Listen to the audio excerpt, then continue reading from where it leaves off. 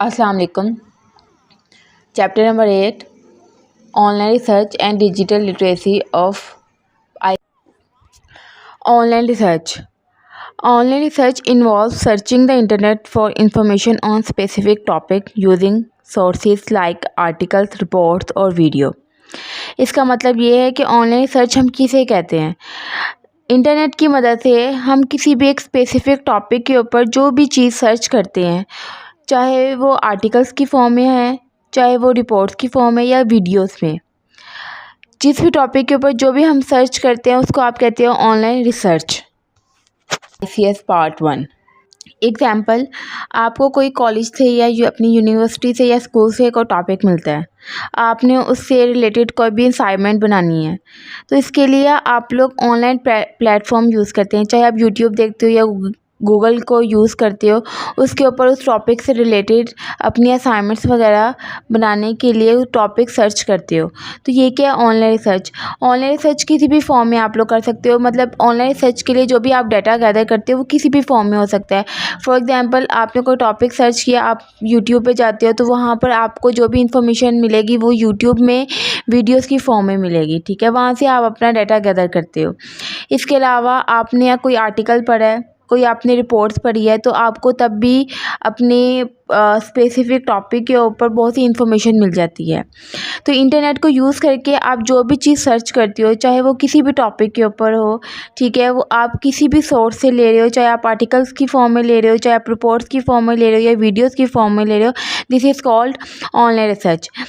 Basically तौर पर इसका पर्पस क्या होता है? इसका पर्पस ये होता है कि आपको एक accurate, reliable and up to date information मिले। हम लोग चाहते हैं, आज की दुनिया में आपको पता है कि हर दिन हर 12 घंटे के बाद आपकी इन्फॉर्मेशन डबल हो रही है, बल्कि इससे भी पहले डबल हो रही है। तो हम लोग चाहते हैं कि जिस हमारे टॉपिक में हम हमेशा अप टू डेट रहें, अपनी फील्ड में अप टू डेट रहें। तो इसके लिए सबसे बेस्ट प्लेटफॉर्म होता है ऑनलाइन रिसर्च का, जहाँ पर आपको accurate, reliable and up to date information मिलती है अपने टॉपिक के ऊपर, अपनी प्रॉब्लम्स के ऊपर, जो भी आपने प्रॉब्लम सर्च करनी होती है। नेक्स्ट आता है इम्पोर्टेंस ऑफ ऑनलाइन रिसर्च। सबसे फर्स्ट पॉइंट है fast and easy access to a broad range of information. इसका मतलब ये है कि आप लोगों को कम टाइम में आप ज़्यादा इन्फॉर्मेशन गैदर कर सकते हो। दुनिया के किसी भी हिस्से में कोई भी चीज़, अगर आपकी कोई भी क्रिएटिविटी या इनोवेशन आपकी मार्केट में आ रही है, तो वो आप तक विद इन नैनो सेकेंड आप तक वो इन्फॉर्मेशन पहुंच जाती है। इससे आप अप टू डेट रहते हो, आपकी जो इन्फॉर्मेशन होती है वो एक्यूरेट होती है। तो सिर्फ ऑनलाइन रिसर्च ही ऐसा प्लेटफॉर्म है जिसमें आप लोग ईजिली एक्सेस कर सकते हो broad range of information. Second है sports student with the assignment. अभी मैंने आपको बताया कि ऑनलाइन रिसर्च, अगर आप स्टूडेंट के पॉइंट ऑफ व्यू देखो तो आपको कोई असाइनमेंट मिली है, ठीक है, तो आपने उसको विद इन टाइम अगर कोई सॉल्व करनी है तो इसके लिए आप ऑनलाइन प्लेटफॉर्म ही यूज़ करते हो। Help professional stay current in their field. ये ना सिर्फ स्टूडेंट्स के लिए बल्कि प्रोफेशनल्स के लिए भी बहुत ज़्यादा इंपॉर्टेंट है। जो प्रोफेशनल्स होते हैं वो भी हमेशा अपनी फील्ड में अप टू डेट रहने के लिए ऑनलाइन मार्केट यूज़ करते हैं, ऑनलाइन प्लेटफॉर्म यूज़ करते हैं। फॉर एग्जांपल, अब देखें, आप टीचर है, अगर आप टीचर की हैसियत देख लो, एक टीचर एक स्टूडेंट है, स्टूडेंट अपनी असाइनमेंट के लिए ऑनलाइन रिसर्च प्लेटफॉर्म यूज़ करता है, और जबकि जो आपके टीचर्स हैं वो अपने आप को उस फील्ड में, अपनी स्पेसिफिक फील्ड में अप टू डेट रहने के लिए ऑनलाइन रिसर्च का प्लेटफॉर्म यूज़ करते हैं। Enables everyone to make well informed decision. इसके बाद आपके पास जब बहुत ज़्यादा इन्फॉर्मेशन गैदर हो जाती है, तब आप लोग डिसाइड करते हो कि आप लोगों ने क्या आगे डिसीजन मेकिंग करनी है। आपने अपनी प्रॉब्लम सॉल्व करने के लिए कौन से टॉपिक या कौन सी इंफॉर्मेशन को गेट करना है और कौन सी इग्नोर करना है। यहाँ पर एक इम्पॉर्टेंट पॉइंट ये भी है कि आप लोग जो भी ऑनलाइन रिसर्च प्लेटफॉर्म से कोई भी चीज़ सर्च करते हो ऑनलाइन, ज़रूरी नहीं है कि आपको जो भी इंफॉर्मेशन मिले वो एक्यूरेट हो। ठीक है, आपकी वेबसाइट्स होती हैं, हर वेबसाइट ज़रूरी नहीं है एक्यूरेट हो। कुछ आप लोगों की वेबसाइट्स ऐसी होती हैं जिसमें जो इन्फॉर्मेशन होती है वो फॉल्स इन्फॉर्मेशन भी होती है, वो मिसलीडिंग इन्फॉर्मेशन भी होती है। तो आपने उसमें खुद चेक करना होता है कि जो आपने इन्फॉर्मेशन गेट की है वो एक्यूरेट है या नहीं है। इसके लिए बेस्ट यही होता है कि अगर आप लोगों ने कोई एकेडमिक या कोई आप क्रेडिबल सोर्सेज चाहते हो तो जो गवर्नमेंट की वेबसाइट्स हैं, जो या तो जो एकेडमिक इंस्टीट्यूशंस हैं या कोई न्यूज़पेपर है, ट्रस्टवर्दी न्यूज़पेपर है, तो आप वहाँ से इंफॉर्मेशन गैदर करो एज़ कम्पेयर टू जो आपको नॉर्मल वेबसाइट दिखती हैं। इसके बाद दूसरी आपके पास ये चांस है कि आप क्रॉस चेकिंग करो। अगर आपने किसी टॉपिक से रिलेटेड कोई इन्फॉर्मेशन गेट की है तो उसको मल्टीपल वेबसाइट्स के ऊपर सर्च करो कि जो आपने इन्फॉर्मेशन गेट की है वो एक्यूरेट है या नहीं है। Types of online research. सबसे पहली टाइप है जनरल इंफॉर्मेशन रिसर्च।